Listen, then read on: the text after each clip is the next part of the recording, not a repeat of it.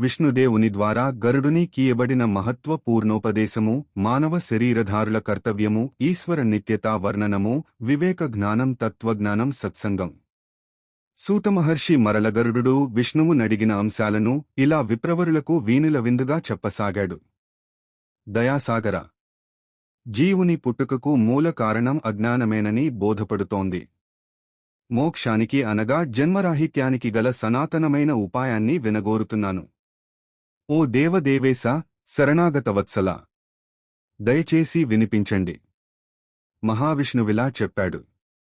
గరుడా, నువ్వడిగిన ప్రశ్నకు ప్రత్యుత్తరం చాలా గొప్పది. దానిని శ్రద్ధగా విన్నంత మాత్రాననే మనిషి ఈ సంసారావాగమన చక్రం నుండి ముక్తుడు కాగలడు.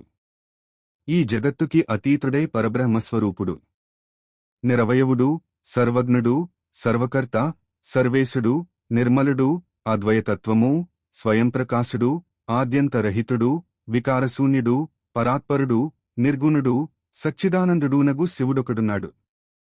ఆయన అంశయే ఈ జీవుడు. అగ్నిలో నిప్పుకణాలు నట్టే అవిద్యచే కప్పబడిన జీవిలో కూడా ఆయనుంటాడు. అనాది కర్మలచే ప్రాప్తించిన శరీరాది నానా ఉపాధులలో నుండు ఆ పరమాత్మకే ఆయా జీవులు చేసే పాప పుణ్య కర్మలపై నియంత్రణ ఉంటుంది. ఆ కర్మానుసారమే జీవికొక జన్మ, దానికి జాతి, దేహం, ఆయువు, భోగాదులు ప్రాప్తిస్తాయి.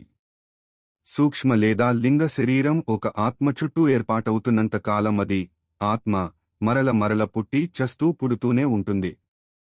ఇదొక విషవలయం. స్థావరాలు, క్రిములు, పక్షులు, పశువులు, మనుష్యులు, వారిలో ధార్మికులు, చివరికి దేవతలు కూడా యథాప్రకారంగా, యథాక్రమంగా 4 రకాల శరీరాలను ధరించి ఏ 1000 మార్లో వాటిని త్యజించడం జరుగుతుంది.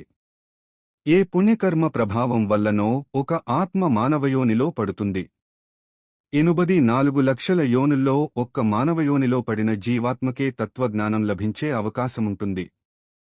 ఇది మోక్షానికి సోపానం. సోపానభూతం మోక్షస్య మానుష్యం ప్రాప్య దుర్లభం.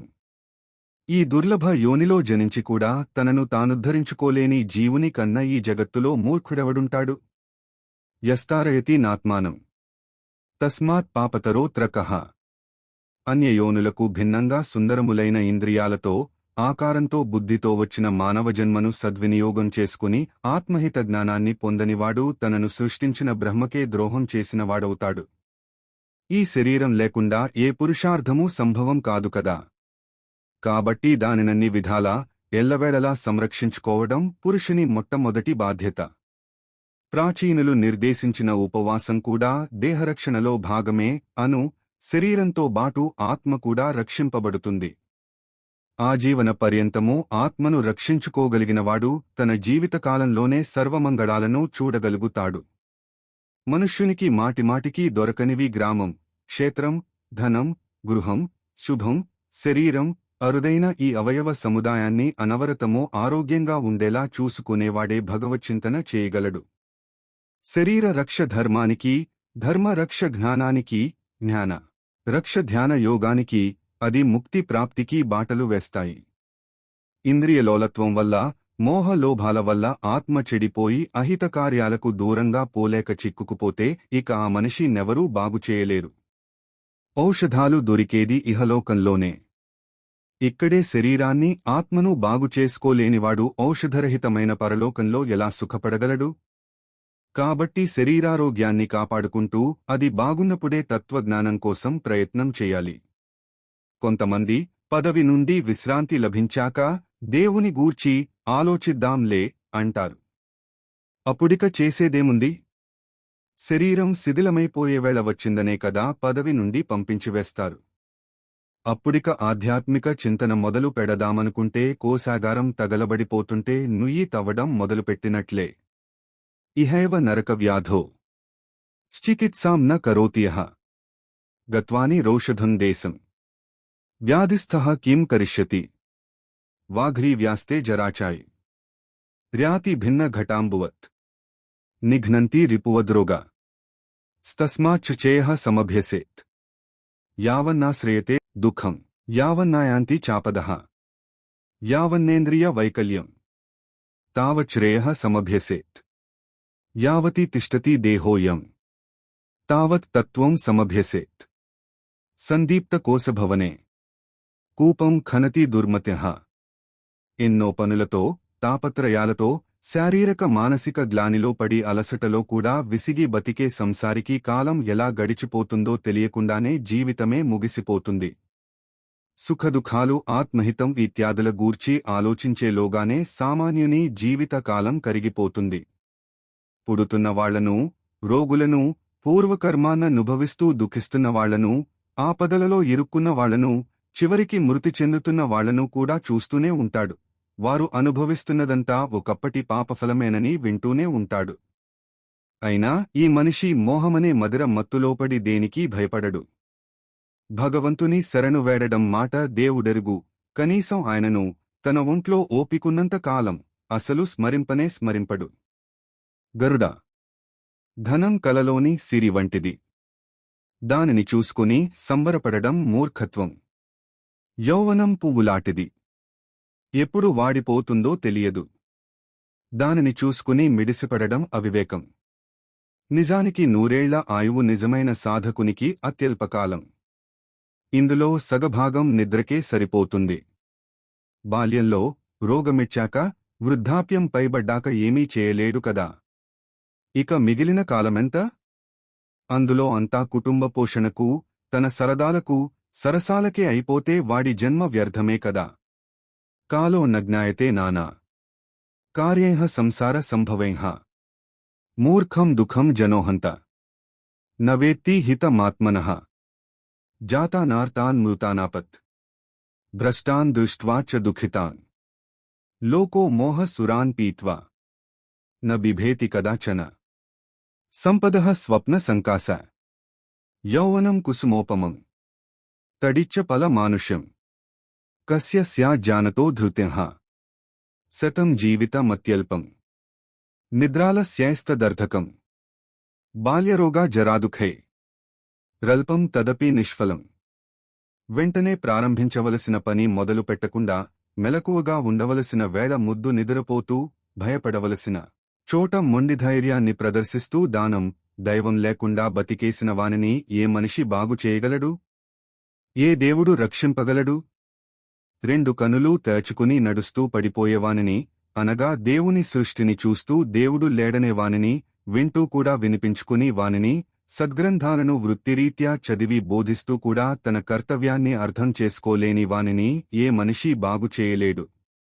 ఏ దేవుడూ రక్షింపడు. ప్రారబ్ధయే నిరుద్యోగి. జాగర్తవ్యే ప్రసుప్తకః. విశ్వస్తశ్చ భయస్థానే. హ నరః కో న హన్యతే. తోయఫేన సమేదేహే. జీవే నాక్రమ్య సంస్థితే. అనిత్య ప్రియ సంవాసే. కథం తిష్టతి నిర్భయః. అహితే హిత సంజ్ఞః స్యా. దధ్రువే ధ్రువ సంజ్ఞకః. అనర్థే చార్ధ విజ్ఞానః. స్వమర్థం యో న వేత్తి సః. పశ్యన్నపి ప్రస్ఖలతి. శృణ్వన్నపి న బుధ్యతి. పఠన్నపి న జానాతి. దేవమాయా విమోహితః. కాలమనే ఈ లోతైన మహాసాగరంలో జగత్తంతా మునుగుతూ తేలుతూ ఉంటుంది. మృత్యువు, రోగము, ముసలితనము అనే మొసళ్లచేత ఎంత బంధింపబడినా ఎవరికీ గ్రాహ మొసలి, గ్రాహ విముక్తిని పొందాలనే జ్ఞానం కలుగదు. ప్రతి మనిషి భయంలోనే బతికేస్తుంటాడు. మరో పక్క నుండి వానికి కాలమిచ్చిన గడువు కరిగిపోతుంటుంది. అయినా పచ్చికుండ నీటిలో పడి కరిగిపోతున్నా కనబడనట్లు ఈ మనిషి క్రమంగా కూలిపోతున్నా అలా కనబడడు. తనను తాను చూసుకోడు, తెలుసుకోడు. గాలిని బంధించి ఉంచవచ్చునేమోగాని, ఆకాశాన్ని ముక్కలు చేసి పెట్టవచ్చునేమోగాని, కడలి కెరటాలను వెనుకకు మళ్లించ వలంతులు సమర్థులు వలంతులున్నారేమోగాని, కాలమునాపి ఆయువును పెంచగలవారు మాత్రం లేరు. ప్రళయం వస్తే నేల బీటలు వారుతుంది, సుమేరు పర్వతమే పొడి పొడియే పోతుంది, సముద్రమంతటి జలాశయమే ఎండిపోతుంది. అలాంటిది మనిషి బతుక్కి ప్రళయం లాంటి చావు వచ్చినప్పుడు ఏ శరీరం మిగిలి ఉంటుంది? తన్ని మధ్య జగదిదం గంభీరే కాలసాగరే. మృత్యు రోగ జరాగ్రాహే. న కశ్చిదపి బుధ్యతే. ప్రతిక్షణ భయంకాలః. క్షీయమానో న లక్ష్యతే. అమకుంభ ఇవాంభహస్తో. విశీర్ణో న విభావ్యతే. యుజ్యతే వేష్టనం వాయో రాకాశస్య చ ఖండనం గ్రథనం చ తరంగాణ మా స్థానాయుషీ యుజ్యతే పృథివీ దహ్యతే येन మేరుశ్చాపి విసీర్యతే శుష్యతే సాగరజలం శరీరస్య చ కా కథ అపత్యం మే కడత్రం మే సంస్కృతంలో మే అంటే నా యొక్క అని అర్థము. ఈ మనిషి నా భార్య, నా కొడుకు, నా ధనము, నా వాళ్ళు అని మేకలాగా విగ్యవీగుతూ ఆరుస్తూనే ఉంటాడు. కాలమనే తోడేలు వచ్చి కబళించేదాకా ఆ మేకారం సాగుతుంది. అక్కడితో సరి. ధనం మే బాంధవాశ్చమే జల్పంతమితి మర్త్యాజం హంతి కాలవృకో బలాత్. రేపు చేద్దామనుకున్న మంచి పనిని ఇవాళే చేసేయాలి. ఎందుకంటే ఆ పని అయ్యేదాకా మృత్యువాగదు. మనిషి యొక్క శత్రుసేన బలిష్టమైనది, భయంకరమైనది. దానికి పదప్రదర్శకులు మనిషి వృద్ధావస్థ, రోగాలు సైనికులు, సేనాని పాపము, శత్రురాజు మృత్యువు. ఈ భయంకర యుద్ధంలో అపజయ, మృత్యుగహ్వరాల నుండి రక్షించగలవాడు విష్ణువొక్కడే. ఊహ తెలిసిన నాటి నుండి విష్ణువునే స్మరిస్తున్న వాడి యుద్ధాన్నే చేయనక్కరలేదు. వానిని దేహాంతంలో దేవదూతలు వచ్చి విమానంలో గొనిపోతారు. ఇల్లు, ఇల్లాలు, పిల్లలు ఇలాంటి బంధాలకు కట్టుబడకుండా బాధ్యతగా మాత్రమే వాటితో ప్రసక్తాన్ని పెట్టుకుని మృత్యువు కోసం, దేవుని కోసం ఎదురుచూసేవాడు సుఖీ. ఇదం కృతమిదం కార్య మిదమన్యత్ కృతాకృతం ఏవమీహా సమాయుక్తం కృతాంతః కురుతే వశం స్వః కార్యమద్య కుర్వీత పూర్వాణే చౌపరాహణికం నహి మృత్యున్ః ప్రతీక్షతే కృతం వాప్యథ వా కృతం జరాదర్శిత పంధానం ప్రచండ వ్యాధి సైనికం అధిష్ఠితో మృత్యుశత్రుం త్రాతారం కిం న పశ్యతి తృష్ణా సూచీ వినిర్భిన్నా సిక్తం విషయ సర్ఫిషా రాగద్వేషానలే పక్వం మృత్యురస్నాతి మానవం బాలాంశ్చ యౌవనస్థాంశ్చ వృద్ధాన్ గర్భగతానపి సర్వానా విసితే మృత్యు రేవం భూతమిదం జగత్ స్వదేహమపి జీవో యం ముక్త్వాయాతి యమాలయం స్త్రీమాతృ పితృపుత్రాది సంబంధః కేన హేతునా దుఃఖమూలం హి సంసారః సయస్యాస్తి స దుఃఖితః తస్య త్యాగః కృతో యేన స సుఖీ నాపరః క్వచిత్. అన్ని రకాల దుఃఖాలకీ జనకము, సమస్తాపదలకు పుట్టినిల్లు, అన్ని ప్రకారాల పాపాలకు ఆశ్రయము ఈ ప్రపంచము. కాబట్టి నరులు ఏ క్షణంలోనైనా దీనిని త్యజించడానికి సిద్ధంగా ఉండాలి. ఇనుప వలలో కద్దపెట్టెలో ఇరుక్కుని చిక్కుకున్నవాడైనా తప్పించుకోగలడేమోగాని స్త్రీ, పుత్రులు అనే మోహజాలంలో చిక్కుకున్నవాడిక విడుదల కాలేదు. మనిషి మనసుకి నచ్చిన పదార్థాల సంఖ్యను పెంచుకుంటూ పోతున్న కొద్దీవాని మనసులో శోకాగ్ని కీలలు కూడా పెరుగుతూనే ఉంటాయి. ఇంద్రియాలనెడు దొంగలు ప్రపంచాన్నే దొంగిలించి మూటకట్టి నరకం వైపు మోసుకుపోతాయి. ఆ మూటలో తాను ఉండకూడదనే ప్రతి మనిషీ కోరుకోవాలి. కాని మాంసపు ఎడను మాత్రమే చూసి వెదురు ముల్లును పట్టించుకోకుండా ఆశ రేపిన దారిలోకి శీఘ్రం పయనించి గాలంలో చిక్కుకున్న చేపలాగా సుఖలాలస కొద్దీ ఇరుక్కున్న మనిషి యముని పట్టించుకోకుండా బతికేసి చచ్చాక ఏడుస్తాడు. ప్రభవం సర్వ దుఃఖానా మాలయం సకలాపదాం ఆశ్రయం సర్వపాపానం సంసారం వర్జయేత్ క్షణాత్ లోహదారుమయేహ పాసేహ పుమాన్ బద్ధో విముచ్యతే పుత్రదారమయేహ పాసే విముచ్యతే న కదాచన యావతః కురుతే జంతుః సంబంధాన్ మనసః ప్రియాన్ తావంతోస్య నిఖన్యంతే హృదయే శోక శంకవః వంచితాశేషవిత్తే సై నిత్యం లోకో వినాశితః హా హంత విషయాహారే హృదే హస్థేంద్రియ తస్కరేహ మాంసలుబ్ధో యథా మత్స్యో లోహశంకుం న పశ్యతి సుఖలుబ్ధస్తథా దేహి యమబాధాన్న పశ్యతి. గరుడ తనకి హితమైనదేదో అహితమైనదేదో తెలుసుకోకుండా నిత్య కుపథగామియే అంటే బతుకంతా చెడ్డ మార్గంలో దుష్కర్మలనే గావిస్తూ తన పొట్ట నింపుకోవడం గురించే ఆలోచిస్తూ గడిపేసేవాడు నారకీయ ప్రాణి అయిపోతాడు. అంటే భూలోకంలో లేనికాలమంతా నరకంలోనే ఉంటాడు. ఆహార నిద్రా భయమైతనాలు అన్ని జంతువులకీ సమానమే అయినా భగవద్ జ్ఞానం కలవారు మాత్రమే మానవులు కాగా మిగతావన్నీ కొన్ని నరరూపంలో ఉన్న జంతువులే. పొద్దున్నే మలమూత్రాలను గూర్చి, మధ్యాహ్నం, రాత్రి భోజనాన్ని గూర్చి, రాత్రి మైథునాన్ని గూర్చి మాత్రమే ఆలోచిస్తూ అవి అయిపోగానే నిద్రపోయేవారు మూర్ఖులు. మానవజాతి విషయంలో నన్ను కూడా బాధించేదేమిటంటే వీరిలో అధిక శాతం అజ్ఞానం వల్ల మోహితులైపోయి తమ శరీరం, తమ స్త్రీ, తమ ధనం మున్నగు వాటి గూర్చే ఆలోచిస్తూ వాటి కోసమే జీవిస్తూ ఆ కోరికలు, రుణాలు తీరక మరల వాటి కోసమే జన్మనెత్తుతున్నారు, మరణిస్తున్నారు. ఇది పద్ధతి కాదు. మనిషి తన ఆసక్తిని త్యజించాలి. బాధ్యతను మాత్రమే నిర్వర్తించాలి. నా వైపు మళ్ళాలి. ఆధ్యాత్మిక జ్ఞానంపై ఆసక్తిని పెంచుకోవాలి. ఇది పద్ధతి.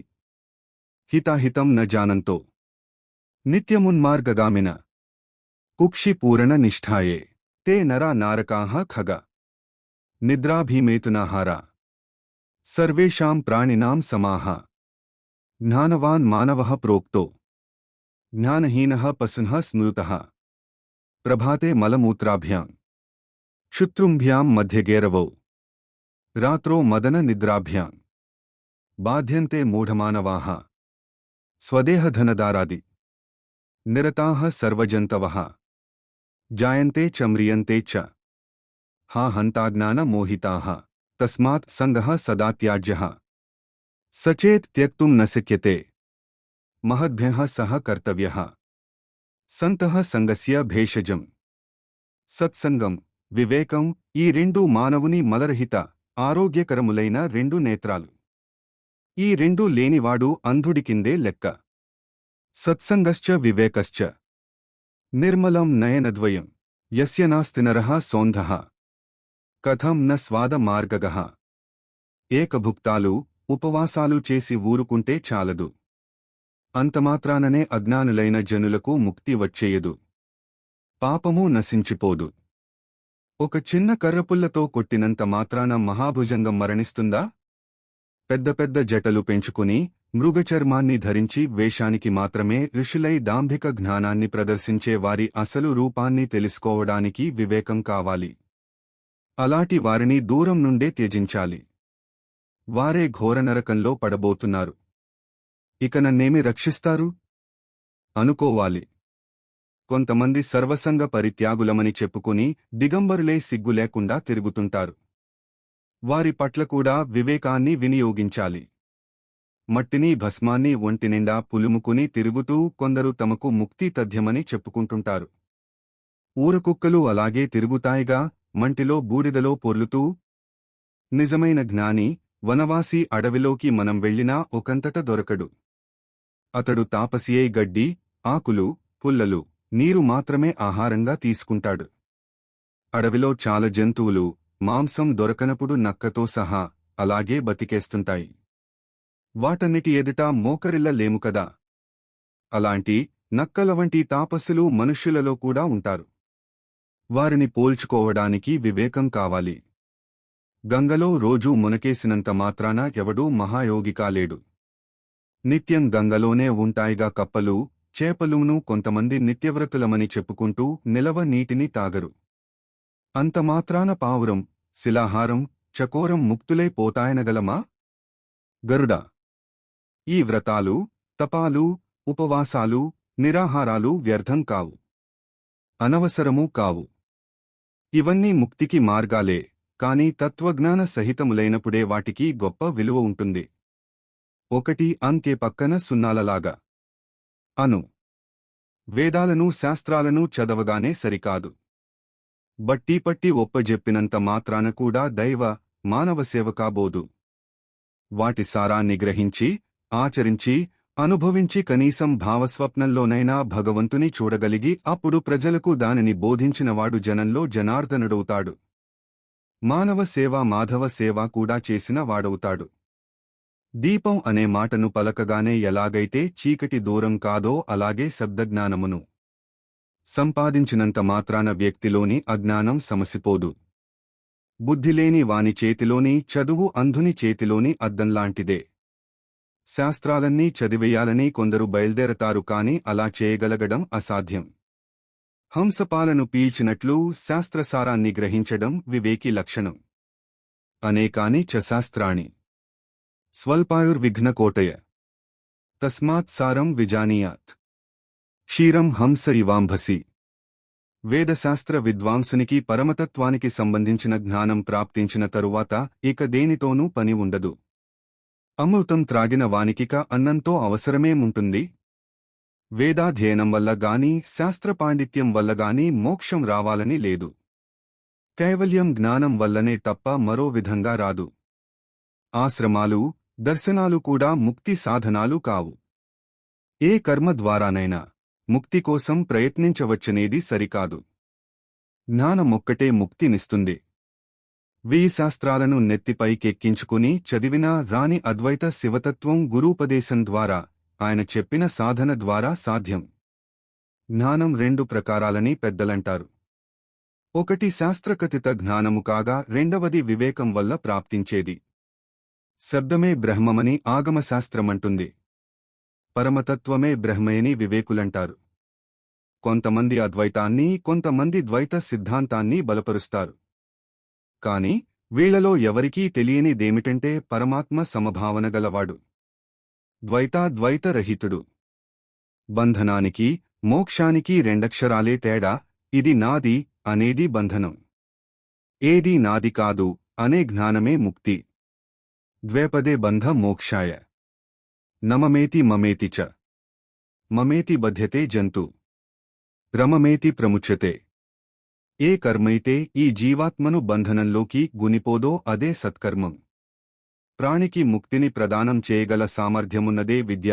ఈ ప్రాణిలో సత్కర్మ కాని దానివైపు ఆకర్షణ ఉన్నంతకాలం, సాంసారిక వాసనలు మిగిలిపోయి ఉన్నంతకాలం, ఇంద్రియాలలో చాపల్యం ఉన్నంతకాలం ఆ ప్రాణికి పరమతత్వ జ్ఞానం కలుగదు. తత్కర్మయన్నబద్ధాయ సా విద్యాయా విముక్తిదా. ఆయాసాయాపరం కర్మ విద్యాన్యా శిల్ప నైపుణం. యావత్ కర్మాణి దీప్యంతే యావత్ సంసార వాసన యావదింద్రియ చాపల్యం తావత్ తత్వ కథా కుతః. తన శరీరంపై ప్రేమ, దాన్ని చూసుకుని గర్వం, అన్నీ తానే చేయగలననుకునే అహంకారం, ప్రయత్నం మాత్రమే తాను చేయగలననే వివేకం లేకపోవడం, శాస్త్రచింతనలేమి, మనస్సులో అస్థిరత ఇవన్నీగాని ఏ ఒక్కటిగాని ఉన్నా గురువుకి వానిపై దయ కలుగదు. గురువుకే దయ కలగకపోతే పరమగురువైన పరమాత్మకి మాత్రం ఎందుకు కలగాలి? ఓయి కాశ్యప! తపాలు, వ్రతాలు, తీర్థాలు, జపాలు, హోమాదికములు, వేదశాస్త్ర పఠన పాఠనాలు ఇవన్నీ పుణ్యం కలిగిస్తాయి, పరమాత్మవైపు నడిపిస్తాయి. పరమార్థతత్వం తెలుసుకున్నవానికి ఆపై వీటి అవసరముండదు. మోక్షాన్ని కోరుకునేవాడు అన్ని దశలలోనూ అవస్థలలోనూ పరమనిష్టతో దాని గూర్చే జీవించాలి. గురు ముఖంగా ప్రాప్తించిన విద్యను కూడా దానికే వినియోగించాలి. ఆత్మతత్వజ్ఞానాన్ని ఆ విధంగా పొందినవాడే ఈ దుర్దర్శ సంసారబంధనాల నుండి సుఖంగా విడివడిపోగలదు.